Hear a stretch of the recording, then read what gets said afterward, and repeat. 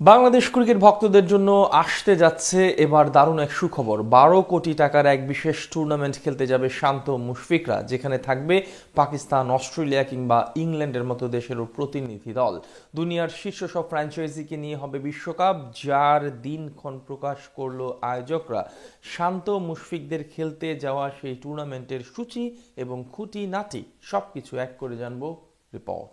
2026 টি-20 বিশ্বকাপ খেলতে যায়নি বাংলাদেশ। প্রথমবারের মতো সংক্ষিপ্ত ফরম্যাটের বৈশ্বিক আসরে দেখা যাচ্ছে না টাইগার ক্রিকেটারদের, জানিয়ে বেশ মন খারাপ এদেশের ক্রিকেট প্রেমীদের। তবে এবার নতুন সুখবর আসতে যাচ্ছে বাংলাদেশি ক্রিকেট প্রেমীদের জন্য।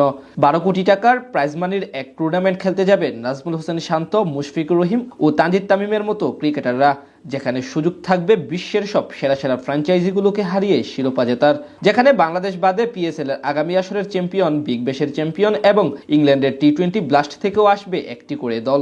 2024 সালে যাত্রা শুরু করেছিল ফ্র্যাঞ্চাইজি টুর্নামেন্টের বিশ্বকাপ খ্যাত global super league. West Indies cricket বোর্ডের অধীনে পরিচালিত হয় এই টুর্নামেন্ট। দুনিয়ার সব সেরা সেরা ফ্র্যাঞ্চাইজিগুলোকে নিয়ে মাঠে গড়ায় এই আসর। প্রথমবার জিএসএল এ অংশ নিয়ে শিরোপা জিতেছিল রংপুর রাইডার্স। সেইবার ফরচুন বরিশালের খেলার কথা থাকলেও তারা অংশ না নেওয়ায় খেলেছিল রংপুর।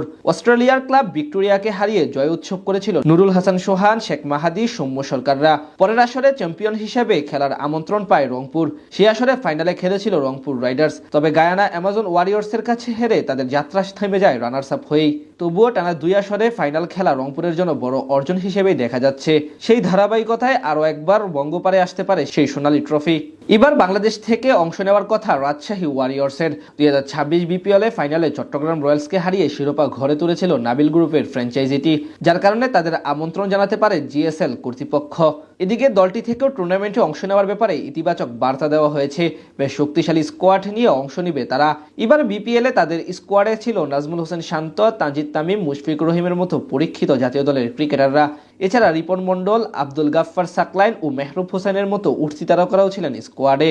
আর তাদের নিয়েই অংশ নিতে পারে জিএসএল এ। তাছাড়া বিদেশি কোটায়ও থাকতে পারেন একাধিক নামি দামি তারকা ক্রিকেটাররা। 2026 গ্লোবাল সুপার লিগ মাঠে গড়াবে আগামী 26 জুলাই, আর ফাইনাল আগস্টের 1 তারিখ। টুর্নামেন্টে বাংলাদেশ থেকে একটি ফ্র্যাঞ্চাইজি বাদেও পাকিস্তান, ইংল্যান্ড, অস্ট্রেলিয়া, নিউজিল্যান্ডের একটি করে দল ও হোম টিম হিসেবে থাকবে সিপিএল এর দল গায়ানা অ্যামাজন ওয়ারিয়র্স। টুর্নামেন্টে অংশগ্রহণ করার দলগুলোর জন্য রাখা হয়েছে বিশাল অঙ্কের প্রাইজ মানি। মোট $1 মিলিয়ন বরাদ্দ সবার জন্য, যা বাংলাদেশি মুদ্রায় প্রায় 12 কোটি টাকার কাছাকাছি।